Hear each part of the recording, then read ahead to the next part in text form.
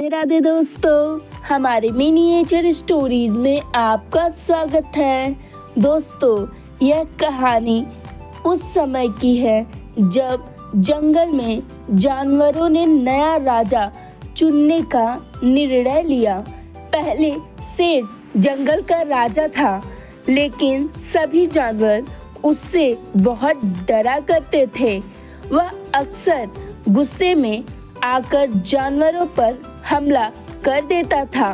सभी जानवरों ने मिलकर तय किया कि अब उन्हें एक ऐसा राजा चाहिए जो न्यायप्रिय हो और किसी पर भी अत्याचार न करे।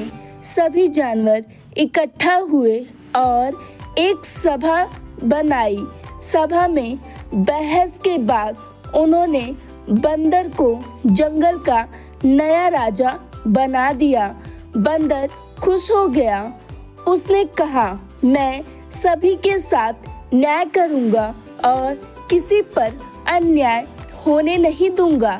शेर को यह बात बिल्कुल भी पसंद नहीं आई, लेकिन वह जानता था कि अगर उसने विरोध किया तो बाकी सारे जानवर उसके खिलाफ खड़े हो जाएंगे। इसलिए उसने चुपचाप अपना सर झुका लिया। बंदर ने राजा बनने के बाद जंगल में कुछ नए नियम बनाए। उसने शेर को भी अपने अधीन कर लिया और कहा, अब तुम मेरी आज्ञा का पालन करोगे। शेर को मजबूरन उसकी बात माननी पड़ी। एक दिन बंदर ने शेर से कहा, तुम्हें मेरे लिए खाना लाना होगा। जाओ और आज मुझे मीठे फलों की एक टोकरी लाकर दो।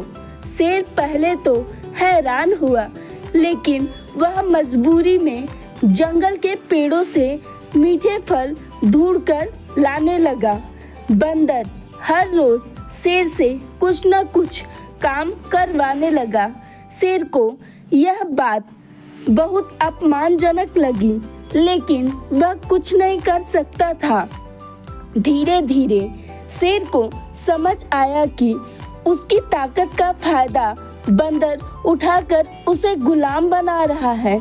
एक दिन शेर ने सभी जानवरों को इकट्ठा किया और कहा, मैंने अब तक तुम्हारी इच्छा के अनुसार बंदर को राजा मान लिया, लेकिन क्या तुमने सोचा है कि क्या वह वाकई इस पद के लायक है?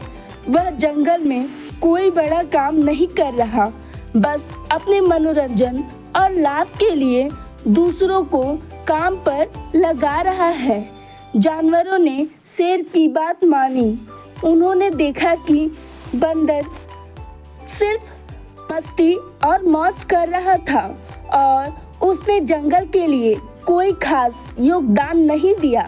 अंततः जानवरों ने फैसला लिया कि जंगल का असली राजा वही होना चाहिए जो निडर और जिम्मेदार हो और सभी की रक्षा कर सके। सभी ने मिलकर फिर से शेर को जंगल का राजा बना दिया। शेर ने वादा किया कि अब वह न्यायप्रिय बनेगा और अपनी ताकत का सही उपयोग करेगा। हमारी कहानी सुनने के लिए धन्यवाद दोस्तों।